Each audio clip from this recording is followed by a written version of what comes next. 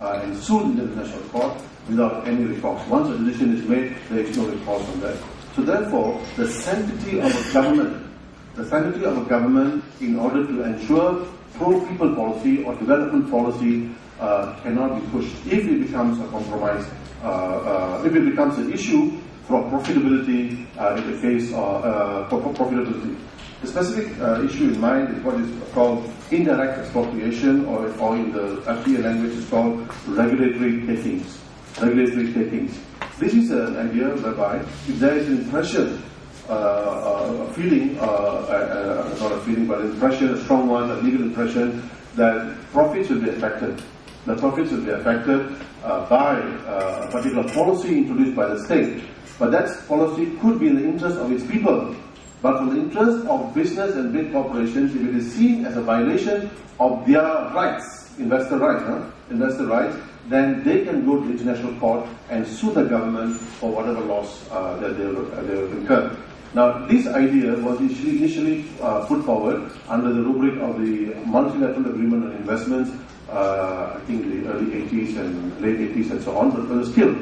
But now it's back on the table. It's back on the table, where now even governments are brought under the scrutiny of corporations.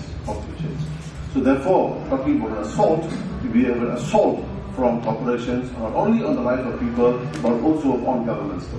So essentially, we think we are voting for governments. We think every 5 years we are busy voting for governments, we are campaigning and so on and so forth.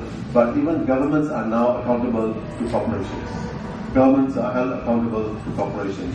And as you know, and I'm sure the earlier discussion this morning would have discussed that there's no such thing as market, and there's no such thing as a free play market. If anybody tells you that people control markets, it's bullshit. It is all controlled by corporations. Corporations control markets and the way the markets behave.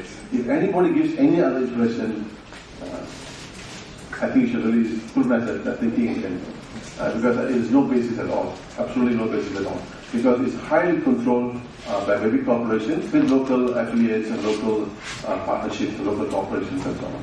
So therefore, we have a problem. We have an essential problem that corporations who are working through FTAs will pushed by the governments. At the same time, we should not think, it's Europeans, it's Americans, it's also Malaysian government that subscribes to the idea of the New World Order and supports its corporations as well.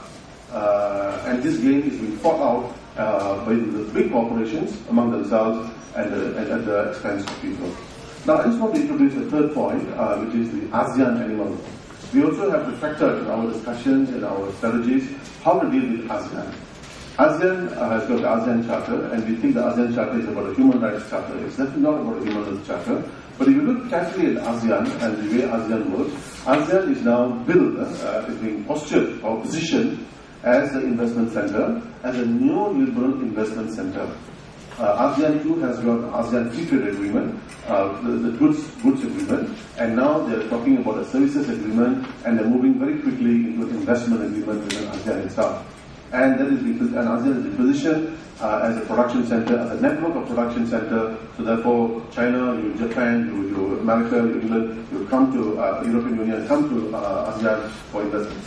But ASEAN too, and ASEAN governments too, are now promoting this network as a free trade network, where you are being able to harmonize, rules and regulations, harmonize. I just started. Baru bukan lima.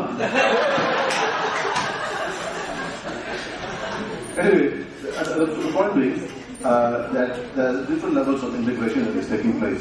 Level of opening up the Malaysian economy, liberalizing the Malaysian economy, same way in Singapore, in Thailand, and so on and so forth, and integrating the various mechanisms, the various neoliberal approaches in the region, and harmonizing that with Europe, with Japan, and with other countries of the world.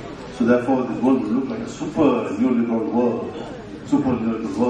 And as you can see, this super neoliberal world does not work in the interest of workers, does not work in the interest of farmers, does not work in the middle classes. In fact, it does not even work for the interest of the petty bourgeoisie in Malaysia or other countries.